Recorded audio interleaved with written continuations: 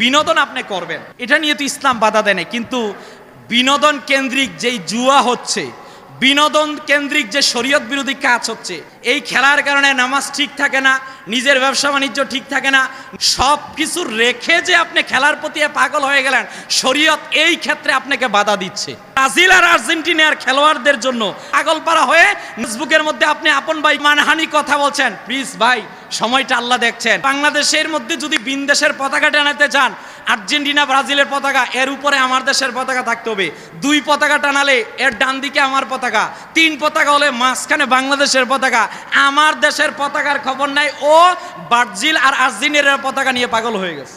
বিনোদন আপনি করবেন, করেন বিনোদন, এটা নিয়ে তো ইসলাম বাধা দেয় না, কিন্তু বিনোদন কেন্দ্রিক যেই জুয়া হচ্ছে, বিনোদন কেন্দ্রিক যে শরীয়ত বিরোধী কাজ হচ্ছে, এই খেলার কারণে নামাজ ঠিক থাকে না, নিজের ব্যবসা বাণিজ্য ঠিক থাকে না, নিজের পরিবারকে সময় দেওয়ার কোনো কিছুই ঠিক থাকে না, সব কিছু রেখে যে আপনি খেলার প্রতি পাগল হয়ে গেলেন, শরীয়ত এই ক্ষেত্রে আপনাকে বাধা দিচ্ছে।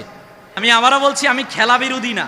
আপনি শারীরিক ব্যায়ামের জন্য খেলা করবেন, কোনো বাধা নেই। ক্রিকেটও খেলতে পারেন, ফুটবলও খেলতে পারেন, অন্যান্য খেলাও খেলতে পারবেন। তবে সেখানে এক নম্বর আপনাকে সতর্ক থাকতে হবে যে নাভি থেকে হাঁটু পর্যন্ত আপনার ঢাকা অবস্থায় থাকতে হবে, শরীয়তের পর্দাকে ভায়োলেট করে খেলা নয়। দুই নম্বর, এই খেলার মধ্যে জুয়া ক্যাসিনো আসতে পারবে না। তিন নম্বর, খেলা নিয়ে নারী পুরুষের অবাধ মেলামেশা হতে পারবে না। চার নম্বর, খেলাকে কেন্দ্র করে দ্বন্দ্ব করা যাবে।